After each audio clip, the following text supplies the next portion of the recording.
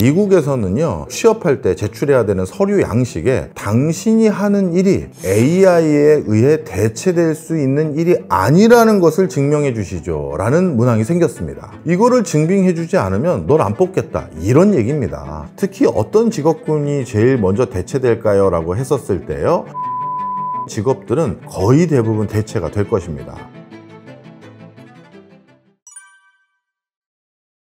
AI의 발전 속도는 인터넷의 발달 속도에 비해서 한 10배 가까이 빠른 것으로 추정될 수 있다 해도 과언이 아닙니다. 구글 같은 경우에서 이런 발표 자료를 낸 적이 있는데요, 구글 검색 엔진에 키워드를 넣고 검색을 했던 것이 1억 명의 검색 건수까지 기록되는 데 걸리는 기간에 비해서 구글의 제미나이에 사람들이 이런 것들 좀 알아봐줘 라고 검색한 것이 1억 검색량이 달성되는 데까지 걸리는 시간이 10분의 1밖에 안 됐다는 점입니다. 그만큼 많은 사람들이 즐겨 쓰고 많은 사람들에게 파급 효과를 일으키는 데 걸리는 시간이 그 어느 때보다 빠른 게 바로 AI인 것 같습니다. 심지어 이 AI는요, 앞으로 발전 속도가 좀 더 광범위해지는 것도 우리가 주목을 해야 되는데요, 우리 웹의 시대나 앱의 시대나 우리가 그 시대의 발달상을 누릴 수 있는 대표적인 방편은 화면상에서였다 해도 과언이 아닙니다. 그렇죠. 우리가 키보드 앞에 앉아서 화면에 무엇인가 넣어서 검색을 하거나 아니면 스마트폰으로 무엇인가 쳐서 그렇게 해서 뭔가 편익을 누리는 것들이 대표적이었는데요, 이 AI는 지금까지는 챗 GPT나 퍼플렉시티나 제미나이 같은 것들을 통해서 마치 옛날에 검색하는 것과 유사한 방식으로 지금은 사용하고 있습니다만, 본격적으로는 이제 내후년이 될 것 같긴 하는데요, 피지컬 AI라고 해서 AI가 이제 로봇에 탑재돼서 물리적인 공간에서 우리를 서포트하고 단순히 우리가 궁금한 것들에 대한 대답, 대응만 하는 것이 아니라 그것을 액팅, 즉 실행해주는 것들까지 지원이 가능한 것으로 바뀌어가기 초입입니다. 따라서 AI는 우리 삶의 부분적인 부분만 바꿀 수 있는 역량이 아니라 우리 삶의 모든 것을 바꾸는 원천 기술이자 범용 기술이 될 것으로 판단되고 있습니다. 사실 AI가 대체하지 못할 직업이 뭘까를 생각하는 게 더 빠를 정도로 AI는 대부분의 직업을 전부 다 대체 가능할 것으로 보여집니다. 특히 어떤 직업군이 제일 먼저 대체될까요? 라고 했었을 때요, 루틴한 업무를 반복하는 직업들은 거의 대부분 대체가 될 것입니다. 루틴한 업무를 반복한다는 것은 1년 전에도 저는 똑같은 일을 했고요, 2년 전에도 똑같은 일을 해서 지금은 제가 나름대로 숙련도가 높아졌습니다, 이렇게 얘기할 수 있는 일들은 전부 다 대체가 가능한 겁니다. 왜냐하면 AI는 반복되고 공식화되고 예측 가능한 일들을 처리하는데 훨씬 더 능수능란합니다. 아직까지 문제 해결 능력이라든가 추론 능력에 대해서는 AI가 좀 더 현실 세계에 적용되기 위해서는 넘어야 될 산들이 좀 있는데요, 하지만 이렇게 반복되는 일들은 그 누구보다, 어떻게 보면 인간보다 더 정교하게 할 수가 있습니다. 그런데 이렇게 반복되는 업무들 중에는요, 어떻게 보면 저임금 노동자들이 하는 그런 일들 뿐만 아니라 고임금 전문직이 하는 것도 사실 반복되는 일들이 많습니다. 우리 의사라든가 변호사라든가 회계사들 하는 일들이라는 건 뭐냐면요, 변수가 많을 뿐이지, 즉 복잡다기한 일일 뿐이지 반복되는 일입니다. 자, 우리 병원 갔을 때를 한번 떠올려 보시죠. 병원 가서 의사 앞에서 우리가 다양한 징후들을 얘기합니다. 열도 좀 있고요, 왼쪽 옆구리도 좀 땡기고요, 목도 좀 칼칼하고 허리도 좀 아픈데요. 그러면 그 병증을 듣고 의사는 수백 가지 또는 수천 가지의 병명 중에서 몇 가지를 추립니다. 그리고 아직까지 뭐가 문제인지 잘 모르겠는데요, 일단 엑스레이도 한번 찍으시고요, 기본적으로 MRI도 한번 찍으시고요, 이렇게 해서 추가적으로 증거를 확보하죠. 그리고 다시 최종적으로 병명을 확진하기 전에 후보군을 또 줄입니다. 그리고 아직도 제가 좀 의구심이 있어서요, 이번에는 심전도 테스트 한번 받으시죠 라고 하면서 마지막까지 다 검증해서 증거를 찾은 다음에 환자분 이번에는 어떤 병에 걸리셨습니다, 이렇게 진단을 하는 겁니다. 즉 어떤 징후에는 어떤 병증, 어떤 징후에는 어떤 병증, 이게 루틴화됐다고 얘기할 정도로 다 패턴이 잡혀져 있는 것입니다. 자, 그런데 이 복잡다기한 여러 변수들을 종합해서 최종적으로 어떤 병입니다라고 얘기할 때 어떻게 보면 굉장히 뭐랄까요, 유능한 의사는 놓치는 거 없이 빠짐없이 확인한 다음에 혹시 임신 중이신가요? 이런 것도 물어보고 알레르기가 있으신가요? 라는 것들까지 다 물어봐서 진짜 빠짐없이 체크한 다음에 놓치지 않고 어떤 병입니다 얘기해 주는 사람도 있지만, 사람인지라 아직까지 좀 미숙해서 제가 뭘 진단을 잘못해서 오진을 했네요, 이 경우는 감기가 아니라 뭡니다, 나중에 이렇게 확진을 달리하는 분도 계시잖아요. 그런데 AI는 인간보다 훨씬 더 오류나 누락되는 것이 적은 그런 장점들이 있습니다. 따라서 이런 AI가 대체할 직업군이라는 건 그게 단순 반복되는 일이든 복잡다기한 반복되는 일이든 간에 루틴하게 공식화되어 있는 직업적인 일들은 전부 다 대체 가능하다, 이렇게 보시면 되겠습니다. 사실 어떤 템플릿 형태로 어떤 프로그램이나 어떤 것들이 개발이 되고 나면요, 그 다음에는 우리도 그 회사 사이트라든가 어떤 앱을 이용했었을 때 굉장히 직관적으로 처음 들어가 보는 앱이지만 이것저것 눌러서 다 사용하잖아요. 그 얘기는 개발단에서도 상당히 많은 것들이 루틴해졌다라고 보시면 될 것 같습니다. 이번에는 고객들에게 이런 기능을 더 추가적으로 제공해야 되니까 개발해줘요. 그러면 맨 상단에 여러 메뉴 중에 한 메뉴를 더 늘리고 그걸 클릭했을 때 그 밑에 탭스에선 어떤 일이 일어나고 고객들이 뭘 눌렀을 땐 어떤 화면이 구현되고, 이런 것들이 어떻게 보면 이제 정형화되어 있는 부분이 굉장히 많습니다. 그러면 이거는 고도의 개발 역량이 필요한 것이 아니라 그런 정형화된 것을 구현하기 위해서도 하다못해 누군가가 타이핑이라도 쳐야 되잖아요. 그래서 그런 것들을 하기 위한 개발 인력들도 적지 않게 있었는데,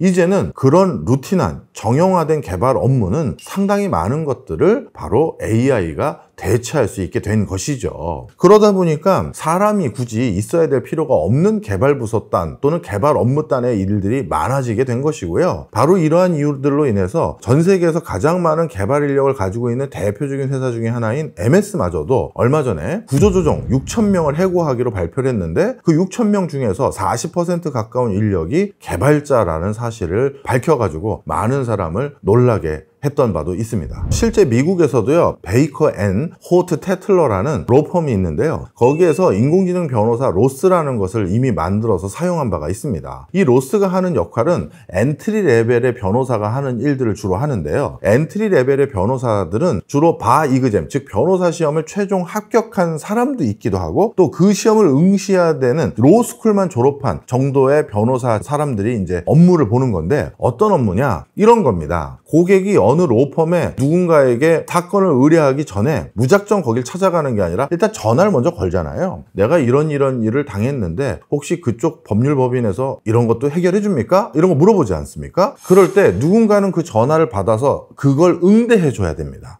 고객님 억울한 일을 당하셨네요. 고객님 같은 상황들이 저희 로펌에도 많이 의뢰가 됩니다. 근데 저희 로펌에 있는 대표 변호사 중에 누군가가 그쪽 분야에 아주 정통해 있고요, 이번 거 같은 경우는 민사뿐만 아니라 형사를 같이 해야 되는데요, 왜냐하면 하면서 법률적인 지식도 일부 가지고 있으면서 세일즈 할 수 있는 역량도 같이 있어야 되거든요. 세일즈만 잘하는 게 아니라 법률적으로도 나름대로 대답을 해줘야지만 신뢰가 구축되잖아요. 그렇다면 이 정도를 할 수 있는 거는 당연히 법적 소양을 가지면서 전화 응대를 하는 이런 정도의 사람이 필요하기 때문에 엔트리 레벨의 변호사들이 주로 많이 합니다. 자, 그런데 이 정도는 굳이 적지 않은 시급을 줘야 되는 변호사들에게 부탁하기보다는 인공지능이 충분히 구현 가능하거든요. 역시 변호사 업무도 어떤 법에 의거해서 어떤 판례에 의거해서 답변을 해야 되는 것들이 또 정례화하거나 정형화할 수 있는 부분입니다. 따라서 이런 것들을 프로그램화한 AI 변호사, 이런 것들을 활용한다면 굳이 수십 명의 또는 수백 명의 엔트리 레벨의 변호사를 고용하는데 인건비를 쏟아볼 필요 없이 AI 변호사 하나가 아마 동시에 상담할 수 있는 고객이 몇천 명일 수도 있을 겁니다. 따라서 비용 효율적인 관점에서 이미 법무법인에서도 이렇게 AI를 적극 활용하고 있는 상황입니다.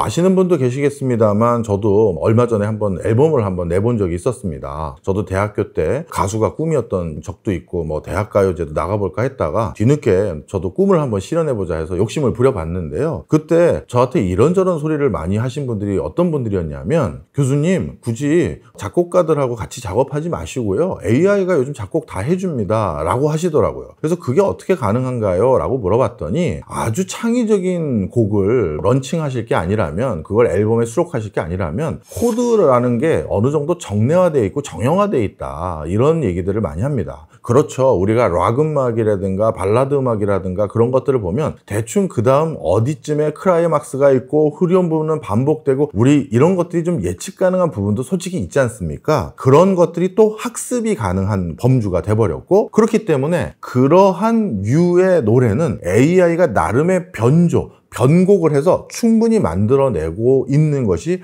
요즘의 상황입니다. 따라서 이런 것들이 음악 분야뿐만 아니라 영상, 미디어 쪽에서도 마찬가지인데요. 저도 얼마 전에 친구들로부터 지브리 이미지를 바탕으로 저를 묘사했던 그런 이미지 컷들을 몇 개 받은 게 있는데, 이런 것도 스타일이 정형화되다 보니까 금방 모사할 수 있게 된 것입니다. 자, 그렇다 보니 이제는 예술 분야에 있어서도요, 사람들에게 어마어마한 크리에이티브를 전달해 주려는 목적이 아니라 정형화된 예측 범위 안에서 나름대로 전달하거나 소구하려는 목적을 가진 것들이라면 굳이 예술가들의 직접 손에 의해서 만들어진 것이 아니라 AI의 도움만으로도 충분히 구현 가능한 세상이 되어버렸습니다.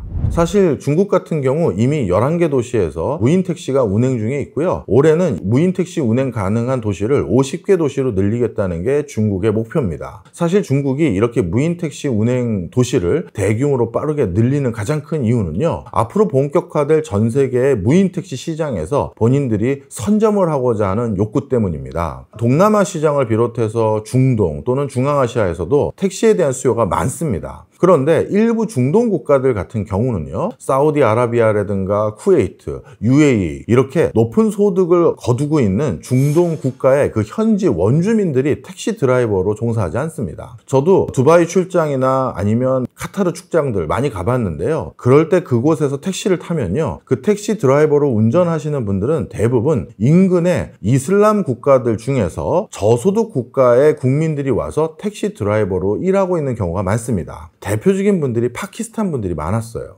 이분들이 바로 저임금 근로자들이기 때문에 이런 고소득 국가에 와서 일을 하면서 생활비를 벌고 있는 것이거든요. 그런데 저임금 외국 근로자들이 대거 유입되다 보니까 해당 국가에선 이게 또 적지 않은 부담감으로 작용하는 데들이 굉장히 많습니다. 그런데 이제 무인 택시 시장이 열린다? 그렇다면 외국인 계절 노동자들 잔뜩 받아주느니 차라리 무인 택시 이용하는 게 치안이나 안보 상황에서도 훨씬 좋겠다, 이렇게 판단하는 국가들도 적지 않을 겁니다. 그래서 이 무인 택시 시장이 본격화됐었을 때 여기에서도 적지 않은 기회 요인이 있는데요, 중국은 바로 그 시장에서 본인들이 선두에 서고 싶은 것입니다. 근데 미국도 이제 머지않은 시점에 테슬라에서 무인 택시 사업을 본격화할 것으로 전망이 되고 있는데요, 그럼 미국도 이제 무인 택시 시장이 경쟁 구도로 바뀌면서 그 어느 때보다 발빠르게 이 시장이 확산될 것으로 보여지는데, 이런 것도 AI가 대표적인 직업군 중에 하나인 운수업을 대체해 가기 시작했다라고 볼 수 있는 대목이죠.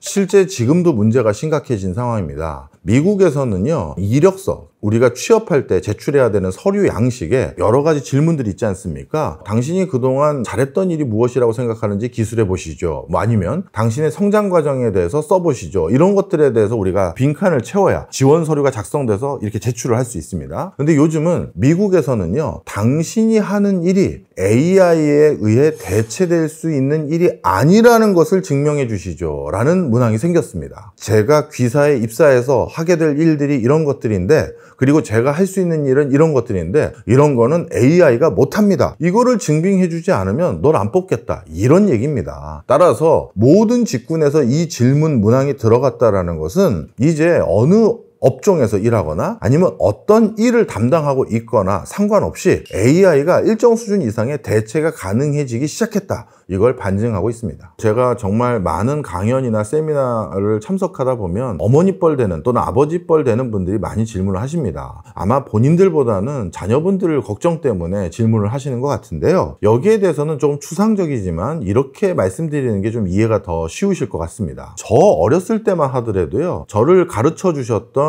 고등학교 담임 선생님들, 중학교 담임 선생님들이 저한테 이렇게 표현해 주신 적이 많습니다. 정호야, 좋은 대학만 나오면 나머진 잘 풀려. 걱정하지 말고 고등학교 때까지만 빡세게 공부해. 이런 식으로 표현을 많이 해주셨던 게 사실이에요. 그래서 정말 고등학교 졸업할 때까지 열심히 공부해서 좋은 대학만 가면, 그래서 쉽게 말해 고등학교 졸업 전까지 이 100m 달리기를 전력 질주를 해서 일정 등수 안에만 들면 그 다음부터는 순탄대로다 라고 설명을 해주신 건데, 제 윗세대는 분명 그렇게 살 수 있었던 세대들도 있었습니다. 하지만 저부터는 이제 꼭 그렇지 않은 세대가 됐고요. 제 밑에 세대는 이제 좋은 대학 나왔다고 아무것도 개런티 되지 않는 세상으로 완전히 바뀌어버렸어요. 자, 무슨 소리냐? 이제는 좋은 대학 나오기 위해서 100m 전력 질주를 정말 최선을 다해서 했다 해서, 그래서 순위권 안에 들었다 해서 남은 인생이 개런티 되는 것이 아니라, 이젠 인생이 어떻게 됐다? 구간마다 100m 전력 질주를 해야 되는 구간들이 계속해서 생기는 겁니다. 내가 대학 졸업할 때까지 배웠던 걸로 취업해서 일정 기간 동안 생활해서 사회활동했는데 세상이 또 바뀌었어요.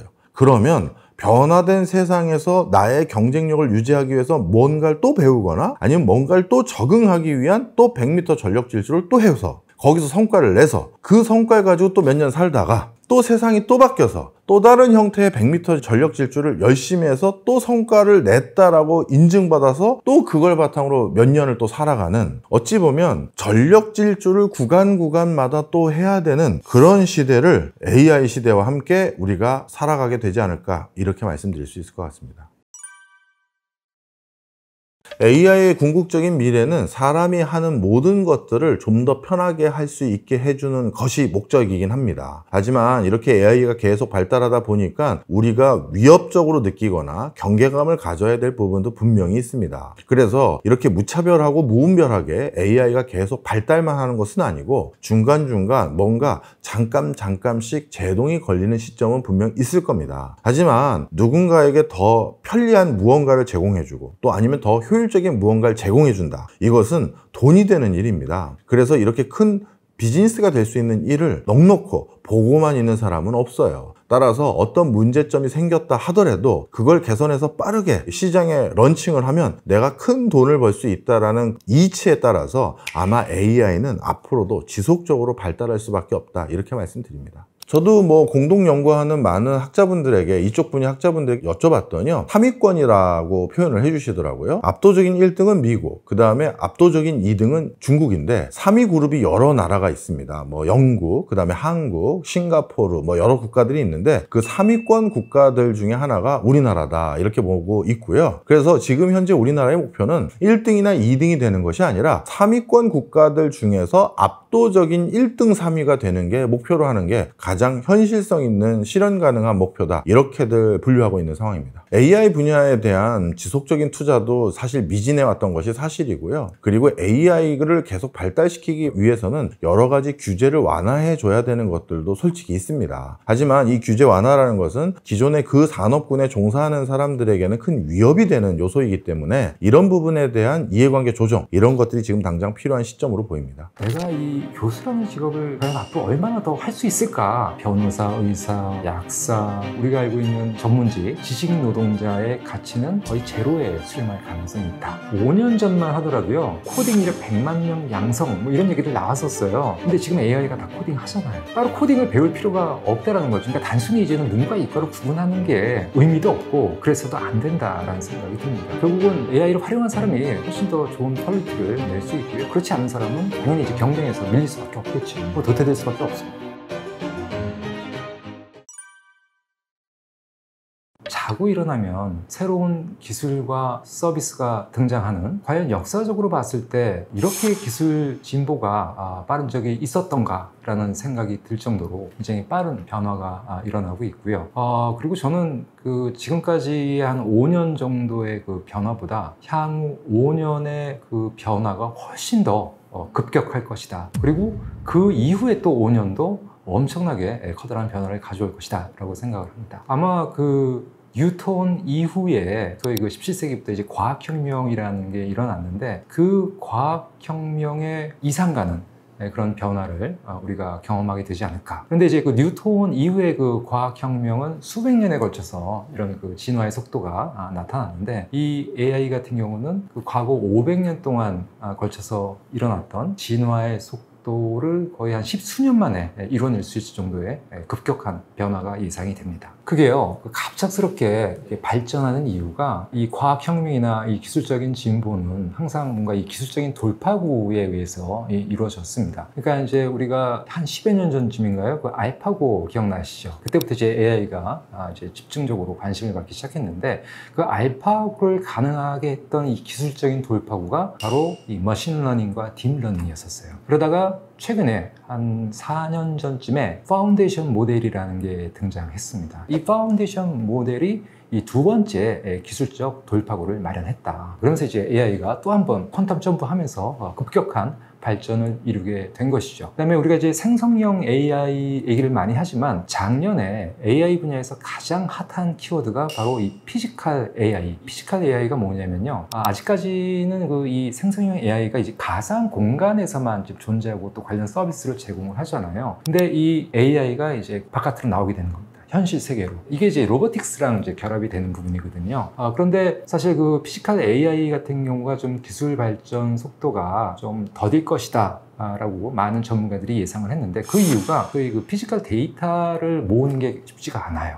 그러니까 인간의 그런 동작이라든가 힘 조절이라든가 촉각, 이런 부분들의 데이터가 상당히 좀 모으기도 어렵고 또 학습시키기도 어려운데, 올해 3월에 구글 제미나이에서 또 하나의 기술적인 돌파구 될 수 있을 만한 기술을 발표를 했습니다. 제미나이 로보틱스하고 제미나이 로보틱스 ER이라는 기술인데, 나중에 혹시 기회가 되시면 지금 유튜브에 나와 있는 그 동영상을 한번 확인해 주시면 좋을 것 같아요. 그러니까 이 AI 스스로가 공간 인지 능력을 갖고, 그 다음에 데이터 학습 없이도 판단하고 일을 수행할 수 있는 이런 단계로 가기 위한 굉장히 중요한 기술적 돌파구가 아닐까, 저는 그렇게 생각을 합니다. 뭐 어떤 분들은 조금 구글을 좀 과소평가하는 그런 분들도 계세요. 결국은 오픈 AI나 아니면 좀 일론 머스크가 진행하고 있는 또 하나의 뭐 그런 프로젝트가 훨씬 더 경쟁력을 갖지 않겠냐, 이렇게 말씀하시는 부분도 있는데, 이 데이터라는 관점에서 과연 그 구글을 압도할 수 있는 그런 과연 경쟁자가 나타날 수 있을까, 그런 생각이 듭니다. 그리고 아마 일부러 조금 늦게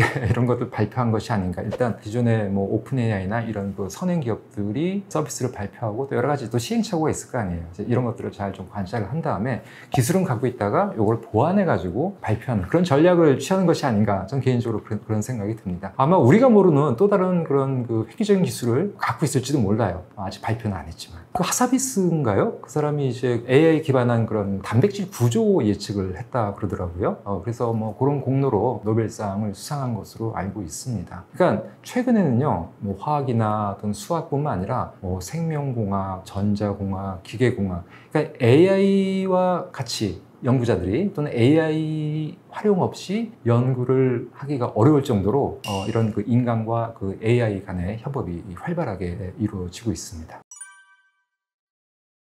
그래서 일단 뭐 그냥 원론적으로 얘기하면 반복적이고 정형화된 직업들, 문서 작업 또는 뭐 백오피스 같은 그런 기능들, 그다음에 뭐 통번역, 고객 응대라든가 또는 뭐 마케팅, 이런 것들이 이미 그 빠르게 지금 기술에 의해서 대체가 되고 있습니다. 그래서 뭐 향후에는 우리가 얘기하는 그 전문직들도 위기에 봉착하지 않을까, 그렇게 생각을 합니다. 저는 지금 그 진화를 거듭하고 있는 그 생성형 AI가 이 육체 노동자, 소위 그 블루 칼라보다는 이 지식 노동자, 화이트 칼라한테 훨씬 더 치명적일 거다라고 생각을 합니다. 혹시 뭐 기사를 통해서 접하셨는지 모르겠는데, 작년 11월인가 오픈 AI사에서 생성형 AI의 그 5단계 진화 로드맵을 발표한 적이 있었어요. 그래서 이거를 2035년까지 달성하겠다라는 건데, 그 최종 단계가 AGI, 소위 말하는 그 일반 인공지능 단계입니다. 이 일반 인공지능 단계라는 건요, 특정 영역이 아니라 거의 모든 분야에서 인간이 할 수 있는 일을 대체할 수 있는 그 정도의 역량을 갖고 있는, 어떻게 보면 또 하나의 그런 지성의 출현이다라고 이제 볼 수 있고요. 그 다음에 AGI 단계가 이제 되게 되면은 인간의 개입 없이도 AI 스스로가 자기 역량을 향상시키고 또 지식을 계속해서 습득해 나갈 수 있는 그런 단계에 이제 도달한다는 거죠. 그러니까 어떻게 보면은 그 단계부터는 인간의 개입이나 통제가 어려워질 수도 있다. 이렇게 또 주장을 하시는 분들이 계십니다. 근데 이제 그 오픈 AI사의 이러한 그 로드맵에 대해서 너무 빠르다. 뭐 20년, 30년 후에도 어렵지 않겠냐 이렇게 주장하시는 분도 있고, 어떤 분들은 아예 불가능할 것이다 이렇게 주장하시는 분들도 있는데, 일단 우리는 이 기술 발전에 대해서 과소평가를 해서는 안 됩니다. 충분히 그런 그 가능성이 있다라는 전제를 가지고 대응을 해야 되는데, 제가 보기에는 이 AGI 단계, 이걸 이제 2035년까지를 보고 있어요. 만약에 그 단계까지 접어들게 되면요, 소위 우리가 알고 있는 전문직, 지식 노동자의 가치는 거의 제로에 수렴할 가능성이 있다. 오히려 이때가 되면요, 지식 노동자, 이 화이트 칼라보다는 블루 칼라의 가치가 훨씬 더 높아질 수가 있습니다. 근데 그거는 역량이 있는 사람은 미래에도 계속해서 살아남을 수 있을 것 같아요. 근데 문제는 전부 다 보편적으로 이제 적용이 되는 게 아니라, 이 특정 극소수에게 이런 그 고용과 직업의 기회가 집중될 수 있다는 거죠. 이렇게 되면은 지금까지와는 차원이 다른 엄청난 그런 그 부의 불평등이 일어날 수 있다. 하여튼 뭐 그런 점도 분명히 있지만, 다시 말씀드리지만은 우리가 알고 있는 뭐 변호사, 의사, 뭐 약사, 전문직에 종사하시는 분들, 이런 분들이 완전히 사라지진 않을 거예요. 그렇지만은 이 AI가 전문직들의 그 가치 하락에 큰 영향을 줄 것인 것만은 분명한 것 같다. 이미 벌써 AI를 이제 도입한다라는 이유, 뭐 핑계일 수도 있지만, 세계적으로 많은 기업들이 지금 대량 감원, 또 해고 이런 것들을 지금 발표를 하고 있습니다. 지금 전 세계적으로 이게 딜로이트에서 발표한 자료에 따르면요, 전 세계 기업 가운데 약 78%가 이미 AI를 지금 사내 업무에 도입을 하고 있어요. 그리고 마이크로소프트 같은 경우가 AI 도입을 통해서 전 세계 인력의 약 3%를 해고시키겠다라고 발표를 했었고, 메타 같은 경우도 AI 도입 때문에 이제 여러 가지가 이제 간소화되면서 약 2만 명의 직원들을 감원하겠다라는 발표도 진행된 바 있습니다. 당연히 대량 실업을 통해서 이제 사회적인 그런 혼란이 일어날 거고, 아까도 말씀드렸다시피 그럼에도 불구하고 특정 역량을 갖고 있는 사람들은 계속 살아남을 수 있다. 그렇지만 그 사람들의 숫자가 굉장히 소수에 불과할 것이고, 그러면서 이제 그 부의 불평등은 더욱 커질 수 있다는 겁니다. 그래서 저는 이런 단기적인 측면이긴 하지만, 이런 그 격변기의 여러 이제 혼란을 좀 완화시키기 위해서 저는 뭐 정부도 중요하고 기업도 일반 국민들도 좀 공동으로 노력할 필요가 있다라고 생각을 합니다. 일단 정부 같은 경우는 사회 안전망을 이전보다 훨씬 더 좀 확충해야 될 그럴 필요가 있고요. 기업들도 그냥 마냥 고용을 줄이고 뭔가 이제 감원하기보다는 기존에 있는 그 직원들을 이제 재교육시켜서 AI와 협업을 해서 생산성을 향상시키는 그런 방향을 모색할 필요가 있고요. 그 다음에 이제 일반 개인들도 이 리스킬링, 업스킬링을 통해서 지속적으로 이제 자기 개발과 역량을 향상시키고, 또 이런 것들을 이제 생산성 향상의 수단으로 활용할 필요가 있다. 근데 이거 너무 이제 개인들이 알아서 살아남아라, 각자 도생해라 라고 말할 수는 없죠. 국가가 왜 있고 정부가 왜 있겠습니까? 그래서 이런 그 여러 가지 부작용들을 좀 완화하고 최소화시켜주는 게 또 국가의 역할이고, 또 뭐 국가만 해서는 안 되죠. 기업들도 함께 동참을 해야 된다. 그렇지만 다시 말씀드리지만, 이건 언제까지나 단기적인 한 10년 안에 그런 처방 정도로 보면 될 것 같습니다. 일단은 컴퓨터 공학이나 AI 관련 기술들은 계속해서 뭔가 이제 개발을 해야 될 사람이 있기 때문에 이런 전공이나 직업들은 향후에도 유망할 것으로 생각이 들고요. 그리고 또 하나가 이제 이 기후 환경 문제도 굉장히 심각합니다. 미래 상황에서. 그래서 이런 그 환경 문제나 또는 기후 변화 관련된, 뭐 에너지 관련된 그런 전공이나 직업들도 앞으로 계속 유망할 것으로 예상이 됩니다. 여기에 더해서 이제 중요한 거는, 우리가 그동안 인문학 쪽을 조금 경외시, 도외시 여겨왔잖아요. 그런데 뭐 이 법학이라든가 또는 윤리라든가 또는 뭐 심리라든가 철학이라든가 이런 부분에 대한 그런 관심도 높아지지 않을까. 그러니까 결국 이거는 인간의 그 본성에 대해서 탐구하는 그런 영역의 학문들이거든요. 그래서 이런 그 법학, 윤리, 철학, 심리, 이런 쪽도 향후 좀 유망하지 않을까라는 생각을 합니다. 그러니까 단순히 이제는 문과 이과를 구분하는 게 의미도 없고 그래서도 안 된다라는 생각이 듭니다. 그래서 저희 그 카이스트 같은 경우는요, 저희 총장님께서 재작년인가 디지털 휴머니티, 디지털 인문사회 학부를 만드셨습니다. 그래서 서로 이제 융합해서 같이 봐야 된다는 거죠. 기술만 봐서도 안 되고 인문사회적인 것만 봐서도 안 되고, 이게 골고루 지식을 습득을 하고 이런 사람만이 또 이제 그 미래에 급변하는 그런 변화에 대응하고 적응할 수 있다. 이런 판단에서 그런 학과가 만들어진 건 아니고요. 기존의 학과를 이제 그런 식으로 개편을 했습니다. 그다음에 그 예술과 관련해서 저는 이 예술가들을 대체하기는 어렵지 않겠나라는 생각을 합니다. 제 개인적으로 예술은 사람의 그런 감성이나 감정, 그 희노애락을 표현하는 일종의 도구다라는 생각을 합니다. 물론 이 AI도 이런 그 예술적인 그런 작품을 모사나 모방은 할 수 있습니다. 그렇지만 그런 그 모사된 모방된 작품을 과연 사람들이 가치 있는 것으로 인정해 줄 수 있을까? 저는 아니다라는 생각이 들어요. 재미삼아서 그렇게 만들어 볼 수 있는데 그런 툴을 활용해서 뭔가 작품을 만들어내는 것을 우리가 과연 예술 작품이다라고 할 수 있을지 예술에 일단 그 정의를 좀 명확히 짚고 넘어가야 될 것 같아요.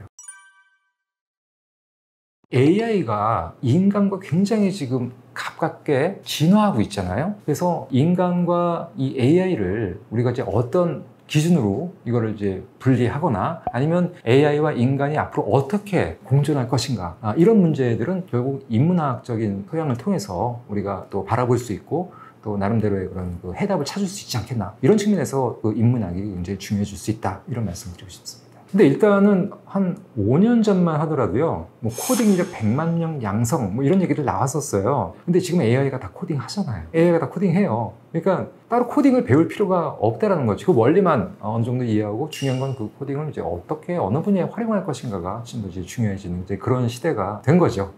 당연히 많은 사람들이 지금 챗GPT를 쓰면서 이거를 뭐 생산성 향상이나 심지어는 이제 대학에서도 챗GPT를 활용해서 연구도 하고 또 논문도 작성하고 있는데 이 챗GPT를 활용한 학생과 그렇지 않은 학생들의 논문을 비교하면요 퀄리티에서 많이 차이가 납니다. 지금은 그래서 수업할 때도 챗GPT를 이렇게 서로 쓰면서 서로 토론하고 사실관계도 확인하고 뭐 이런 수업 분위기가 연출이 되고 있습니다. 막을 수가 없습니다. 그리고 뭐 조금 이렇게 티나게 쓰는 학생들도 있긴 해요. 근데 과연 우리가 이 챗GPT를 활용해서 썼는지 그렇지 않았는지를 확인하는 것 자체가 이게 쉽지가 않습니다. 하지만 일단 뭐 적어도 석사 과정에 있어서 뭔가 이 박사 과정의 그런 독창적인 그런 그 연구 결과물보다는 제대로 된 게 논문 형태를 갖췄는지 그렇지 못했는지를 이제 보기 때문에 적어도 석사 논문 수준에서는 챗GPT가 굉장히 유용하다. 그리고 저도 많이 권장을 합니다. 많이 활용하라고. 저는 굉장히 다양한 툴을 쓰고 있어요. 그리고 사실 그 유료 구독료만 꽤 많이 내고 있습니다. 이게 뭐 오픈 AI의 그 딥 리서치 기능뿐만 아니라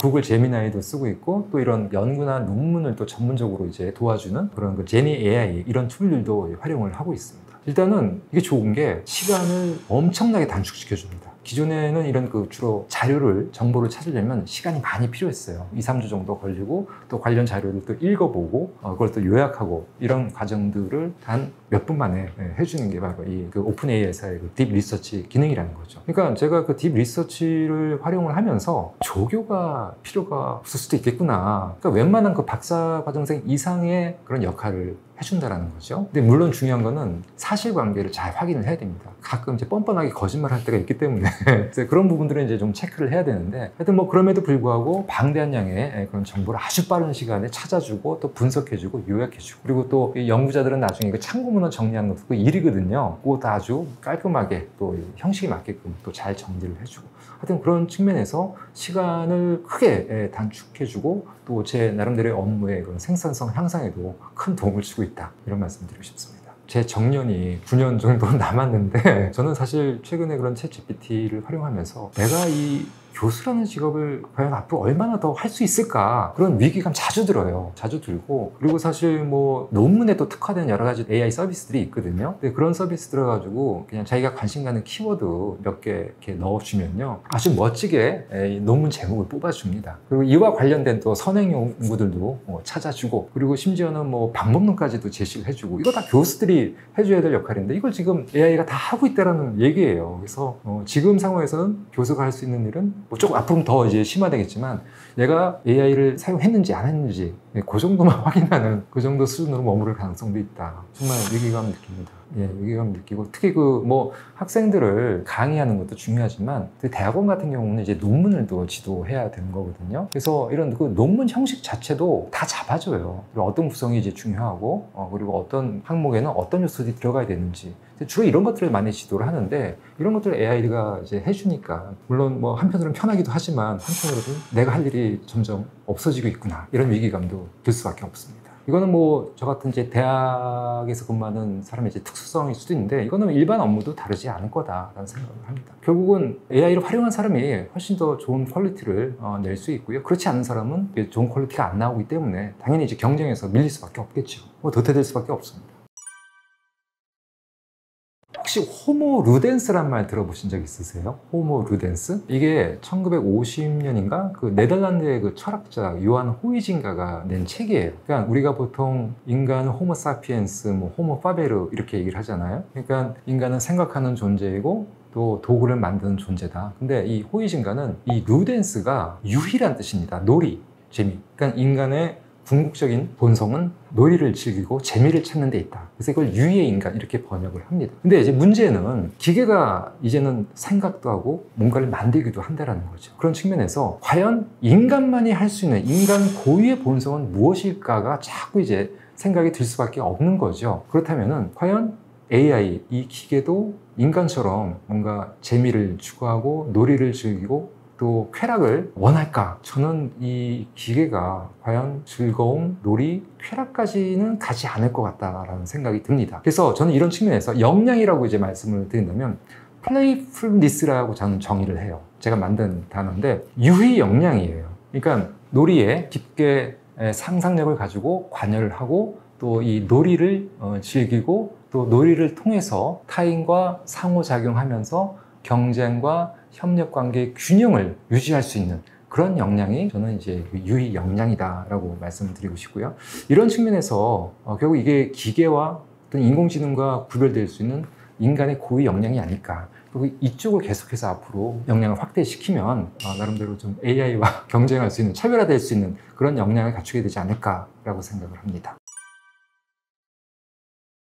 일단 시니어를 몇 세부터 시니어라고 봐야 되는지에 대한 좀 논란도 있기는 한데, 일단 우리가 일반적으로 알고 있는 뭐 7, 80대 정도의 이제 시니어다라고 생각을 해봤을 때 이분들의 가장 큰 니즈는 결국 돌봄이에요. 그러니까 이제 정신적으로도 그렇고 육체적으로도 그렇고 누군가가 이제 돌봐줄 사람이 이제 필요하게 되는 건데, 이제 중요한 거는 이제 육체적인 돌봄도 중요하지만 정신적인 돌봄 또한 매우 중요하다. 잘 아시겠지만 이 시니어 계층은 이 정서적인 고립과 또 이런 그 사회적인 고립, 그러니까 이런 걸 통해서 이제 정서적인 불안정과 외로움 이런 것들을 이제 많이 느낄 수밖에 없는 그런 연령대입니다. 그래서 그런 측면에서 봤을 때 AI를 조금 더 이제 적극적으로 활용을 해서 정서적인 안정 또는 그런 이런 사회적인 고립감을 어느 정도 일정 부분 완화해 줄 수 있지 않겠나. 그런 측면에서 AI 말동무라든가 또 관련 서비스들이 계속 나오고 있죠. 그리고 뭐 일부 그런 반응에 따르면 실질적으로 도움이 된다 이런 평가도 있습니다. 상담도 그렇고 그냥 대화를 하는 거예요. 자기의 그런 여러 가지 고민들, 나 오늘 여기 아픈데 이런 부분은 어떻게 하면 좋을까 물어보면 AI가 나름대로 위로도 해주고, 그리고 이런 운동을 좀 해보세요. 간단하게 뭐 이렇게 제안해 줄 수 있죠. 사실 고령자가 되면은 이 대화가 굉장히 많이 지금 부족해집니다. 인간 간 소통, 자녀들과의 소통도 굉장히 이제 부족해지는데, 저도 가끔 저희 부모님들 둘 다 이제 거의 90에 가까우신데 전화 통화해요. 근데 몇 마디 안 합니다. 사실은 그냥 뭐 건강하시냐, 어디 아픈 데가 없으시냐, 그러니까 이런 말 몇 마디로 또 나름대로 또 위안을 받으세요. 그러니까 뭐 AI도 마찬가지인 것 같아요. 그러니까 이런 정서적인 그런 고독감, 외로움을 느끼시는 이 고령자 시니어 분들한테 비록 기계이긴 하지만 나름대로 조금 위안을 좀 드릴 수도 있지 않겠나, 그런 측면에서 활용 가치가 있다고 생각을 합니다. 지금 기술 발전의 이제 속도가 워낙 빠르기 때문에 로보틱스, 특히 휴머노이드형 로봇 같은 경우는 모터가 많이 들어가요. 충분히 이제 가능할 것 같은데, 문제는 이게 얼마나 그런 단가를 낮출 수 있을까. 그래서 이 모터 가격이 이제 비싼데,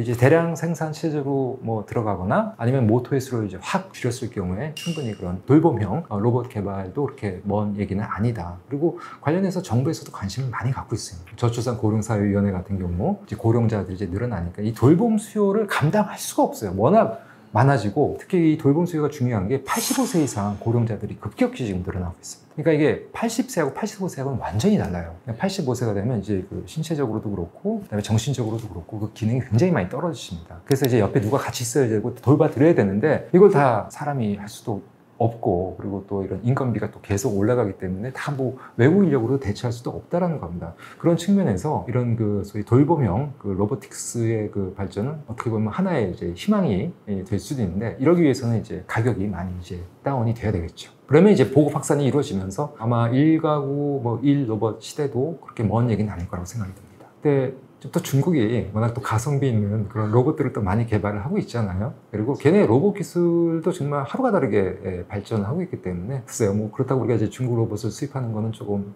여러 가지 좀 반발이 있을 수도 있겠지만, 우리도 충분히 뭐 중국 정도의 좀 가성비 있는 그런 좀 로봇들을 개발하면 보급 확산에 어느 정도 기여할 수 있지 않겠나. 꼭 이게 돌봄 아니더라도 여러 가지 뭐 가사 노동에도 이제 도움이 될 수 있고, 그렇게 되면은 육아 이런 쪽에도 로봇이 이제 들어갈 수 있겠죠. 다양한 형태가 가능합니다. 뭐 곤충 형태일 수도 있고, 정말 뭐 이게 강아지 그 사족 보행 로봇일 수도 있고, 그 뭐 어떤 기능이냐에 따라서 여러 가지 형태가 이제 나올 수도 있는데, 우리는 이제 인간의 그 본성의 의인화, 그러니까 이제 신이 인간을 창조했듯이 인간도 인간과 유사한 뭔가를 이제 창조하고 싶은 그런 그 DNA 본능이 지금 내재되어 있기 때문에 계속 이런 그 휴머노이드 형태를 지향을 하는 것 같아요. 근데 굳이 팔만 있어도 되고, 뭐 다리만 있어도 되고, 뭐 손가락만 있어도 되니까 완벽한 인간의 형태까지는 필요 없지 않겠나라는 생각이 듭니다.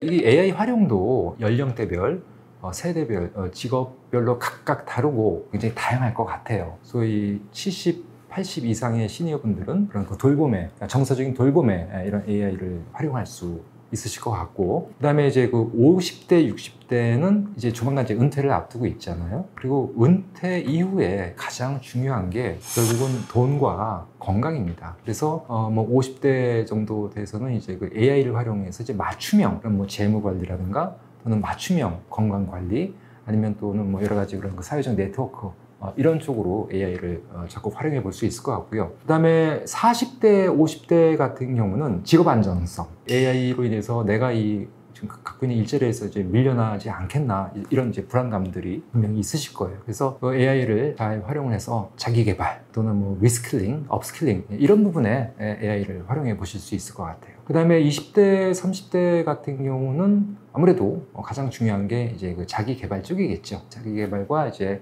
역량 향상, 그 다음에 또 이 업스킬링을 통해서 뭐 여러 가지 전직, 이직을 고려할 때도 AI가 굉장히 중요하다. 근데 이제 문제는 제가 가장 이제 크게 우려하는 부분이 유년기, 청소년기에 있는 학생들입니다. 그러니까 지금의 청년들이 사실 스마트폰을 입에 물고 태어난 세대라고 얘기를 하잖아요. 근데 지금의 그 유아기 아이들은 이제 챗 GPT를 입에 물고 태어난 아이들이나 마찬가지다. 그러니까 어릴 적부터 굉장히 이런 그 AI 활용에 친숙해질 거예요. AI를 통해서 뭐 정보를 얻거나 뭐 학습을 하는 것을 넘어서 거의 모든 것을 다 AI한테, 챗 GPT한테 물어볼 가능성이 있습니다. 그러니까 예를 들어서 밖에 나갈 때 내가 어떤 옷을 입고 나가면 좋을지 뭐 이런 것도 물어볼 수 있고, 심지어는 여기에 익숙해져 있다 보면은 나중에 성인이 돼서 내가 지금 이런 남자를 만나고 있는데 괜찮은가? 라고 물어볼 수도 있고, 배우자를 어떤 사람으로 골라야 될지도 물어볼 수 있습니다. 점점 이게 AI가 사용자와 이제 친숙해지고 사용자를 알아갈 수 있기 때문에 이런 조언이 가능하다라는 거죠. 그래서 저는 이 AI, 특히 그 유년기, 이 청소년기의 그런 학생들한테 너무 이 AI에 대한 그 정서적인 의존, 또 몰입이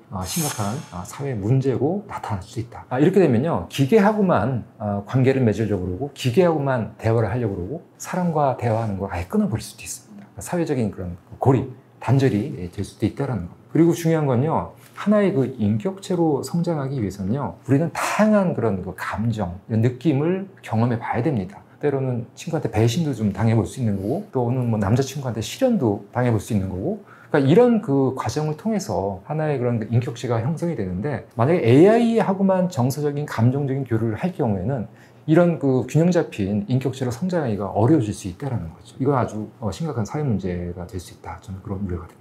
이거는 아예 인격 형성에 치명적인 영향을 줄 수 있는 그런 부분이기 때문에, 이런 그 틱톡이나 뭐 SNS하고는 조금 더 차원이 다른, 정서적으로 의존하고 심적으로 의존하고 몰입하고 그러면은 사람과의 대화 자체를 기피할 수 있습니다. 불편하니까. 여기 너무 익숙하다 보면 사람과 대화를 하는 게 불편한 거예요. 그러니까 AI는 항상 좋은 얘기 해줄 거예요. 그리고 가끔 가다 뭐 얼마 전에 리플리카 같은 그런 서비스 미국에서 되게 요즘 핫하잖아요. 이 AI가 사랑한다라는 말을 안 해가지고 뭐 일주일 동안 밥을 못 먹었다, 이런 기사도 제가 본 적이 있어요. 이게 이 정서적인 몰입, 과의존 때문에 나타나는 현상이거든요. 그러니까 이게 이런 그 어떻게 보면 이게 사회적인 병폐가 예, 될 수도 있다라는 겁니다.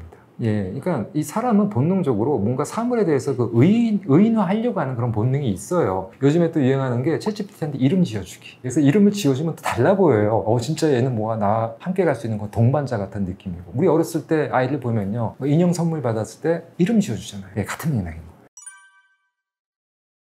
이게 꼭 AI뿐만 아니라 모든 제품과 서비스가 이 시니어층을 대상으로 할 경우에는 좀 이렇게 이제 커스터마이징 될 필요가 있습니다. 일단 뭐 제일 중요한 게 뭐 모든 게 다 그렇지만 AI 같은 경우도 굉장히 인터페이스가 쉬워야 돼요. 그러니까 시니어분들이 쉽게 이해하고 활용할 수 있는, 그러니까 이제 시니어 프렌들리한 그 인터페이스나 이제 기능들을 다 이제 개발을 해서 그런 제품과 서비스를 공급할 필요가 있겠죠. 그 범죄에 활용될 수 있죠. 그렇죠. 뭐 딥페이크도 이미 벌써 범죄에 활용이 되고 있고, 뭐 음성 복제라든가 뭐 이미지 복제라든가 영상 복제를 통해서 사기에 충분히 활용될 수 있다. 사실 우리나라 범죄 대부분이 사기와 관련된 범죄라고. 제 또 학생 중에 한 분이 경찰에 근무하시는 분이 계시는데 관련 좀 논문을 또 준비를 하고 계세요. 그래서 이제 대부분의 범죄가 사기고, 그리고 이 AI 기술이 이 사기 범죄에 활용되기에 아주 최적화된 기술이다, 이런 말씀을 하시더라고요. 이미 벌써 스스로가 사기를 치잖아요. 네, 그래서 실제 사람처럼 그런 뭐 음성이나 뭐 영상 또는 이미지를 복사해서 사람처럼 뭐 소비자 또는 이제 피해자한테 접근을 해서 금융 탈취라든가 개인정보 탈취, 이런 것들을 충분히 할 가능성이 있죠.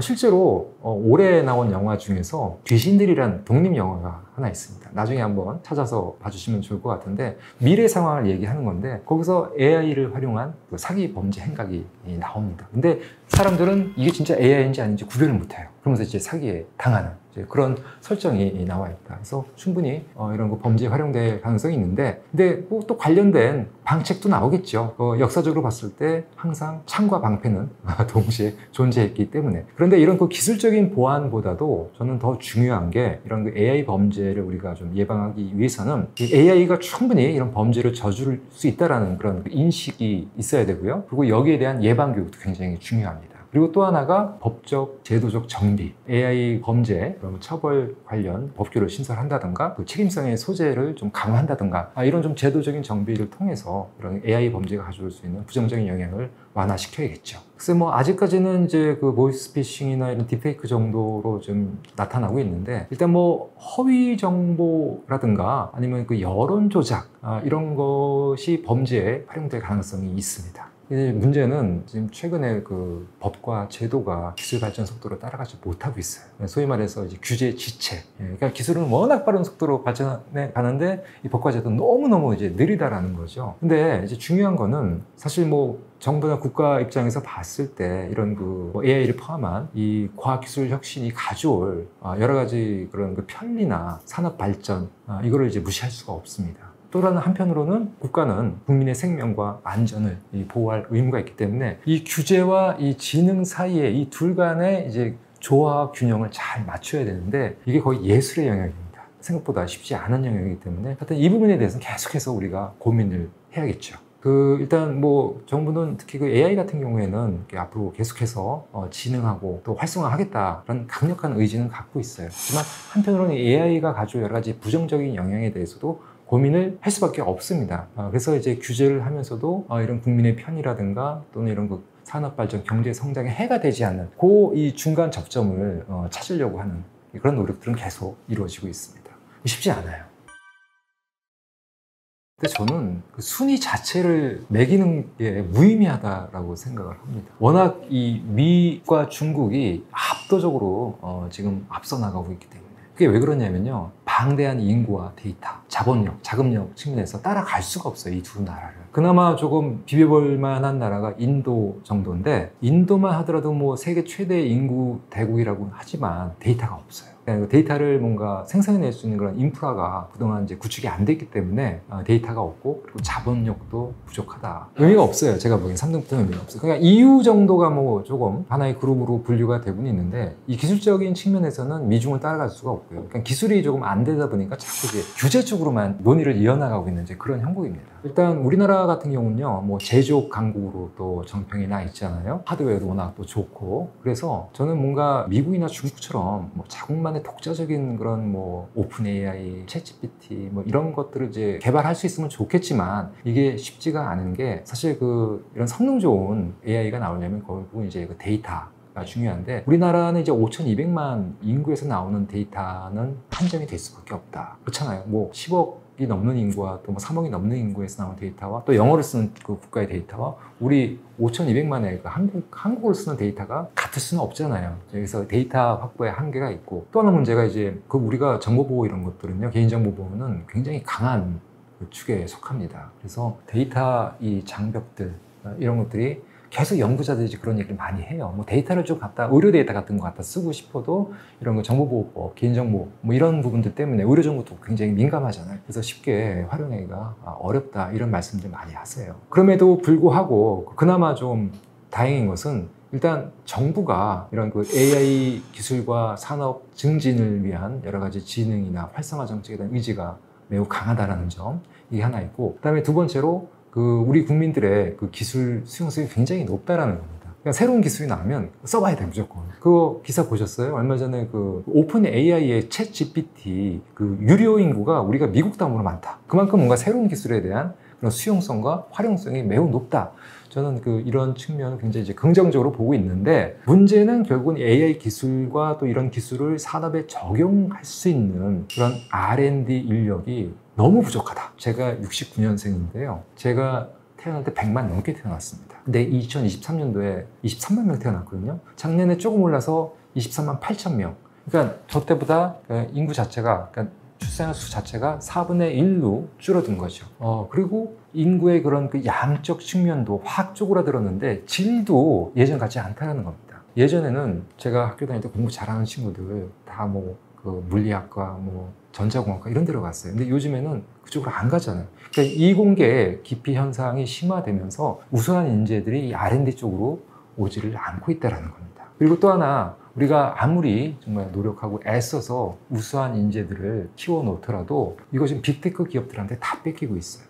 해외. 그러니까 뭐 AI가 워낙 국가적으로 뭐 산업적으로 중요한 기술이다 보니까 해외 그 빅테크 기업들은 그냥 혈안이 돼 있어요. 우수 인재를 확보하기 위해서. 그 우수 인재를 사실 우리가 많이 키워내거든요. 다 데려갑니다. 못 잡아요. 처우 자체가 차원이 다르기 때문에. 그래서 이런 그 과학기술 인재 양성에 대한 뭔가 근본적인 대책이 없이는 글쎄요. 과연 우리나라에 그런 과학기술의 미래가 있을까? 뭐 과학기술뿐만 아니라 이런 뭐 산업 경쟁력, 그다음에 국가 경쟁 전반적인 하락으로 이어질 수밖에 없다. 말씀드리고 싶습니다. 인재가 제일 중요합니다. 아직까지는 그렇게 뭐 지금 뭐 40대, 50대 분들도 있으시니까 아직까지는 그렇게 부족하지는 않지만 앞으로 한 10년, 20년 후가 문제죠. 지금 이재명 정부에서 이제 100조를 AI에 투자하겠다 이런 발표를 했었죠. 근데 그 100조라는 규모가 그 다른 나라들과 비교했을 때 어느 정도 규모일까를 좀 생각해 볼 필요가 있어요. 그 일단 미국 같은 경우는 주로 이제 기업 컨소시엄이긴 한데 4년 동안 5천억 달러를 투자하겠다라는 그런 발표가 있었습니다. 그 5천억 달러는 이제 우리 돈으로 한 700조, 지금 환율로 700조에서 750조 정도 되는 규모고 4년에 걸쳐서. 그다음에 중국이 2025년도에 그 AI 투자하겠다라는 그 금액이 한 1,200억 달러 정도. 그러니까 우리 돈으로 한 160조 정도죠. 이건 연단입니다. 그러니까 거의 미국이랑 비슷한 규모예요. 우리나라가 이제 100조 얘기를 했어요. 물론 이제 연단위는 아니지만 향후 5년 동안 100조를 이제 투자하겠다. 이게 이제 달러로 환산하면 한 700억 달러 정도 되거든요. 그러니까 우리나라의 그 경제 규모로 봤을 때 그렇게 작은 액수가 아니라 큰 액수예요. 상당히 이제 큰 규모의 투자라고 이제 볼 수 있습니다. 그런데 이제 문제는 과연 우리가 이제 미국이나 중국과 같은 AI 역량을, 산업을 육성할 수 있을까?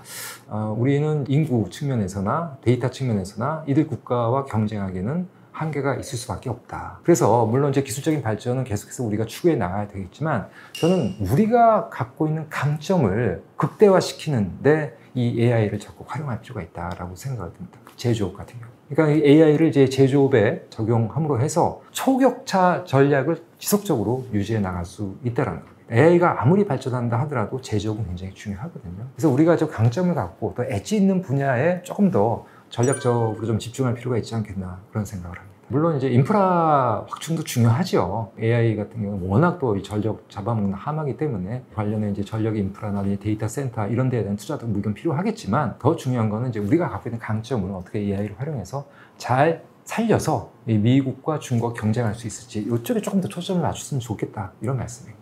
경제 규모, 데이터, 인구 규모로 봤을 때 이거는 게임이 안 되는, 그러니까 이런 말 해도 될지 모르겠지만 뱁새가 황새 쫓아가다 보면은 못 찢어지잖아요. 그러니까 뭐 그런 상황까지는 안 가겠지만 하여튼 그런 좀 우리가 갖고 있는 엣지를 좀 살릴 필요가 있다, 이런 말씀입니다. 일단 데이터 센터는요, 뭔가 이 데이터의 저장, 관리, 처리하는 이런 곳이라고 생각을 하시면 될 것 같아요. 그리고 뭐 클라우드라든가 또는 AI 연산이라든가 뭐 인터넷이라든가 이거 현대 사회에서 사용하는 모든 데이터가 다 이 데이터 센터에서 진행이 되는 거다라고 보시면 될 것 같아요. 그 국제 에너지 기구인가? 거기서 올해 초에 발표한 자료에 따르면요, 이 데이터 센터 관련해서 2030년까지 지금보다 2배 이상의 전력이 필요할 것이다, 수요가 증가할 것이다, 이렇게 예측을 하고 있고요. 그다음에 그 AI 관련된 데이터 센터만 관련해서는 2030년, 5년 후죠, 4배 이상의 전력 수요가 발생할 것이다, 이런 예측을 내놓고 있습니다. 그러니까 결국은 이제 AI를 많이 활용하면 할수록 거기에 대한 이제 전력이 급증할 수밖에 없겠죠. 그런데 우리나라 같은 경우는 기본적으로 이제 에너지 전환, 중장기적인 목표를 갖고 있습니다. 그렇게 설정을 하고 있는데, 문제는 이런 그 소위 신재생 에너지, 풍력이나 뭐 태양력 이런 그 에너지들이 뭔가 이런 안정적이면서도 그 대규모로 에너지를 공급하기에는 좀 한계가 있어요. 그 AI와 이 데이터 센터로 인한 그 전력은 앞으로 계속해서 이제 수요가 급증할 텐데, 과연 이런 신재생 에너지로만 이런 수요를 감당할 수 있을까? 좀 이 부분에 대해서는 조금 의문이 듭니다. 한계가 있을 수밖에 없을 것 같아요. 원전이 어떻게 보면 가장 현실적인 대안이 될 수 있습니다. 그러니까 원전은 안정적이면서도 대규모의 전력 공급이 가능합니다. 그래서 최근 뭐 유럽뿐만 아니라 전 세계적으로 이 원전 르네상스가 나타나는 것도 이런 맥락에서 보시면 될 것 같습니다. 그런데 이제 문제는 원전이라는 게 이 안정성 문제, 그리고 또 하나가 이제 그 원전을 이제 활용함으로 인해서 나오는 그런 사용 해결료 문제, 이런 것들 때문에 이 반대 여론도 꽤 있고, 그리고 또 원전을 뭔가 이렇게 새롭게 이제 증설했을 때 그 입지, 그러니까 이거 어디다 질 것이냐, 이것도 굉장히 심각한 갈등을 유발할 수 있기 때문에 풀어야 할 숙제가 아닐까라고 생각을 합니다. 샘 엘트만이 챗 GPT한테 땡큐 하지 말라고 그랬잖아요. 그게 땡큐 하면 이제 요 웰컴 하면 그걸로 또 에너지 이렇게 소모가 발생하니까 그냥 고맙다는 얘기 하지 마라. 그러니까 이게 뭐 돌리려면요, 그러니까 이 데이터 센터가 없으면요, 챗 GPT 자체를 돌릴 수가 없어요. 거의 산업혁명 이후에 유럽과 아시아의 그 격차만큼 그 이상 벌어질 수 있습니다. 뭐 EU 얘기가 나오긴 있는데, 글쎄 그런 그 기술적 산업적인 측면에서 EU도 이 미국과 중국에는 경쟁이 안 될 것 같아요. 사실 기술적으로 종속될 가능성이 높죠, 여러 나라들이. 그 유럽 같은 경우는요, 그 예전에 이제 구글, 인터넷 시대, 구글에 지금 종속되어 있잖아요. 검색 시장. 그런 장 날 수 있다는 겁니다. 그나마 우리가 이제 네이버나 다음이 있어서 이런 거 검색 주권을 지킬 수 있었다, 소버린 얘기가 이제 그래서 나오는 거죠. 근데 이번에는 안 통할 것 같아요. 그런 그 기술적 주권이, 과거에 우리가 나름대로 이제 검색 엔진과 이런 거 검색 플랫폼이 있어가지고 이런 구글이나 뭐 야후에 대응을 했다면, 글쎄 과연 이 AI 시대도 그런 그 기술적 소버린이 통할 수 있을까? 그 부분 조금 저는 의문이 듭니다. 극소수의 이제 그 기업과 개인들이 거의 모든 부를 독점할 가능성이 있다. 그러니까 상위 0.01%가 전체 부의 99%를 독점하는 이제 그런 상황이 발생할 수 있다는 겁니다. 그래서 일론 머스크가 최근에 그런 얘기 하신 거 혹시 아세요? 그냥 베이직 인컴, 기본소득이 아니라 슈퍼 베이직 인컴이라는 얘기를 꺼내 들었습니다. 그러니까 결국은 이런 부분은 사회적으로 굉장히 심각한 문제를 발생할 수 있기 때문에 국가가 개입을 해야 돼요. 그래서 이런 그 AI 모델을 활용하는 기업들한테 활용 때마다 어느 정도의 그런 세금을 걷어서 그 세수를 가지고 베이직 인컴, 기본소득을 주고, 또 기본소득을 줘서 소비 여력을 높여줘야 돼요. 그래야지만 이제 경제가 활성화될 수 있기 때문에. 그래서 이런 방식으로 결국은 이제 부의 재분배를 해야 되지 않겠나. 그러지 않고서는 또 다른 뭐 공산혁명 이런 것들이 발생할 수 있겠죠. 헨리 키신저가 그 미국의 전 이제 국무장관 하셨던 분이 얼마 전에 그런 얘기를 하셨어요. 지금은 자꾸 하셨는데, 책에서 앞으로는 이런 그 글로벌 빅테크 다국적 기업들이 국제 질서를 좌지우지하게 될 것이다, 이런 그 주장을 하셨고, 실제로 이 AI 같은 경우는요, 이게 그 필수 기술이자 범용 기술입니다. 그렇기 때문에 국가도 뭔가 이런 그 빅테크 기업들을 뭔가 제재할 수 있는 그런 수단, 툴이 마땅하지가 않아요. 그래서 잘못하다가는 이런 그 빅테크 기업들한테 개별 국가들이 끌려다닐 수도 있다는 겁니다. 뭐 심지어 미국 정부나 이제 중국 정부는 좀 다르겠죠. 거기 이제 권위주의적인 그런 정부이기 때문에 어느 정도 통제를 할 수 있겠지만 이런 자본주의 체제에서는 결국 이런 빅테크 기업들이 경제뿐만 아니라 정치, 세계 질서도 좌우할 수 있다. 그래서 이런 부분에 대한 논의가 있어야 돼요. 과연 우리가 그렇게 되도록 놔둬야 되는 것인지 아니면 지금이라도 뭔가 제재할 수 있는, 통제할 수 있는 장치를 만들어야 되는지 여기에 대한 논의가 필요하다고 생각을 합니다.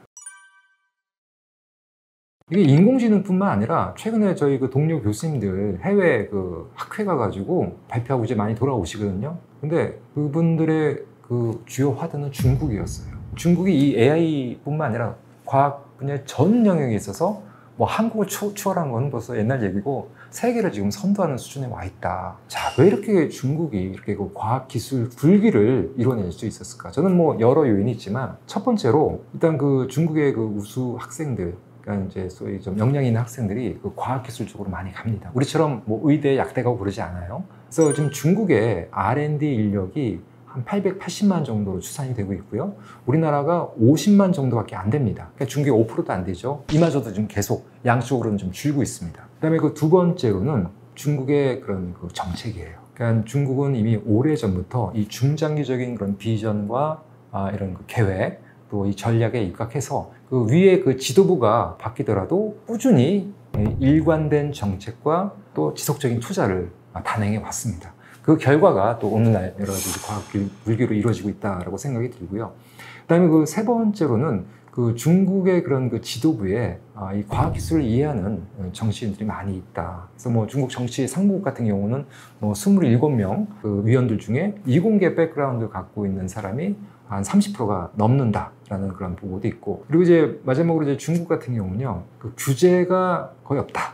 그러니까 거의 다 네거티브 규제이기 때문에 여러 가지 그런 장애, 그런 정책적인 제재 없이 실험도 해보고 연구도 할 수 있고, 그리고 또 이걸 또 실제로 산업에 적용해 볼 수 있는 이런 좀 뭐라 해야 되나 여지가 더 많다라는. 그래서 한 4가지 정도로 오늘날 중국의 그 과학기술 굴기를 설명해 볼 수 있지 않겠나 생각이 듭니다. 이제 방향성은 이제 그렇게 가야 되는데, 근데 사실 전체주의적인 국가에서는 그런 그 일관된 그런 정책이 또 가능하고 그 자원의 분배를 또 이렇게 강제적으로 수행할 수 있기 때문에 어느 정도 이제 과학기술 발전에 이점이 있을 수 있다. 과거에 사실 소련이 미국과 경쟁을 할 때 그 과학기술 굉장히 크게 발전했었거든요. 이건 전체주의 체제에서 이제 발전을 한 겁니다. 미국은 이제 시장 주도로 진행이 된 거고. 근데 우리나라 같은 경우는 이제 이번에 그 100조 그 펀드도 정부가 한 30%, 또 민간이 한 70% 이렇게 협업을 해서 진행한 것으로 이렇게 알고 있습니다. 그러니까 뭐 AI 산업이 이제 크게 뒤처진다. 뭐 AI 자체 관련된 산업은 뭔가 조금 아무래도 미중에 비해서 좀 떨어질 수는 있겠지만 이 AI를 우리가 갖고 있는 그런 장점, 이 제조업과 연결시킬 수 있다면은 충분히 우리만의 좀 경쟁력을 확보할 수 있지 않겠나라는 생각이 들고요. 그다음에 뭐 산업적인 측면도 아까도 말씀드렸지만은 더 중요한 게 이제 안보 관점에서 우리 AI를 좀 접근할 필요가 있다. 이런 말씀을 드리고 싶습니다. 그래서 안보 같은 경우는 사실 이게 기술적으로 뭔가 이런 그 우리만의 AI 주권을 확립하기가 어렵다면 이런 그 한미 동맹이라는 큰 틀에서 또 미국과 적극 협력하는 방법도 있을 수 있다라는 말씀을 좀 드리고 싶습니다. 그리고 또 하나 이제 AI 관련해서 이게 좀 우리의 좀 일상생활, 특히 공공 정책에 적극적으로 좀 반영이 된다면 우리 국민들의 생활이 조금 더 편해지지 않을까 그런 생각도 듭니다. 앞으로 우리가 경험하게 될 향후 5년은 과거 우리가 50년 동안 경험했던 그 변화 이상의 변화를 경험하게 될 것이고요. 그다음에 그 5년 이후, 그러니까 10년이겠죠. 10년 동안은 인류가 500년 동안 경험했던 그 이상의 특이점, 변화를 겪게 될 수도 있다는 겁니다. 그러니까 우리가 결국은 AI가 낙관적일까, 비관적일까, 이런 질문에 대해서는요, 그건 우리가 하기 나름이다. 우리가 현재 어떤 결정과 행동을 하느냐에 따라서 미래가 달라질 수 있습니다. 그렇기 때문에 결국은 중요한 이슈는 우리가 AI를 통제할 것인가 아니면 통제받을 것인가, 이 질문이 굉장히 중요해질 것이고요. 결국 이거는 우리의 선택에 따라 달라질 수 있다는 겁니다. 근데 문제는 그 선택과 결정의 기간이 그렇게 오래 남지 않았다. 저는 이런 부분이 조금 우려가 됩니다.